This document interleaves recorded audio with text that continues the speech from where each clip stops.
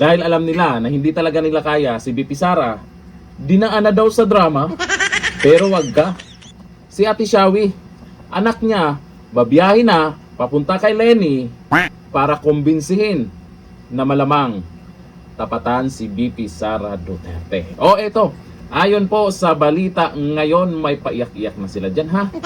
Anak ni Ate Shawi, magbabiyahe tungong Naga para kumbinsihin umano si Lenny. Oo, pabor ako dyan.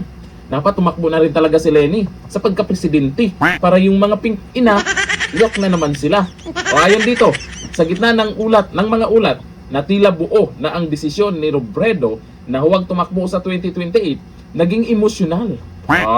Talaga naman ha. Ang panawagan ni Sharon Cuneta, Best Actress yan. Pinagtatanong lang ha. Hanggang sa punto na pati umano ang kanyang sariling anak ay nais magbiyahe tungong Naga upang kumbinsihin si Lenny. Bakit nyo kasi pinipilit si Lenny? Wala na ba kayong ibang panlaban dyan? Wala na ba kayong pwedeng ipantapat kay BP Sara dyan? Pwede namang si Trillanes, di ba? Hindi rin itinatago ng megastar ang emosyon sa kanyang panawagan. We are all storming the heavens. Talaga naman. Run once more. Just one more time. Para kayo'y mag-iyakan.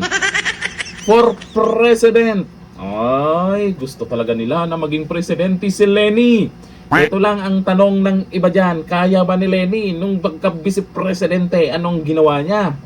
May nagawa ba siya sa mismong nasasakupan niya? Kasi sa totoo lang po, kung gusto nyo po ng isang magaling na Pangulo ng Pilipinas, tingnan nyo muna kung may nagawa siya sa mismong nasasakupan niya. Kasi kung hindi niya kaya na ayusin yung mismong lugar niya, gawin nyo pang presidente yan. Anong mangyayari sa atin? Di, hindi nyo po madadaan ngayon ang mga tao sa drama. Tinitingnan ng mga tao ngayon kung ano yung resulta ng serbisyo nila. Sino nga ba ang karapat-dapat na maging Pangulo ng Pilipinas sa 2028? Yung may nagawa na. Kaya hindi nyo po masisisi ang mga tao, lalo na sa mga taga Mindanao, Visayas, kahit dito sa Luzon, dahil marami namang mga taga-probinsya dito sa Luzon, hindi nyo po masisi na kung sino yung gusto nilang maging Pangulo. Ang sabi sa mga nagkomento kasi, itong si Shawi, magaling talaga to. Magaling. Best Actress nga, di ba? Ayun dito sa nagkomento ha. Sabi ni Lynn Rusa Etstao, dramatic actress talaga. Dami nag-idol dito kay Sharon Cuneta sa drama. Sabi ni Veronica Aligno, Best Actress. Talaga naman. Sabi ni Jobert Paul Incabo, now showing ba to? Ayun, nagtatanong sila kung now showing ba yan. Hindi po. Yan po ay balita tungkol sa politika na gusto nilang patakbuhin si Lenny pantapat kay BP Sara. Ewan ko lang kung magbago ang isip ni Lenny ha. Pero sa tingin ko, baka kunwari lang yan para pag-usapan.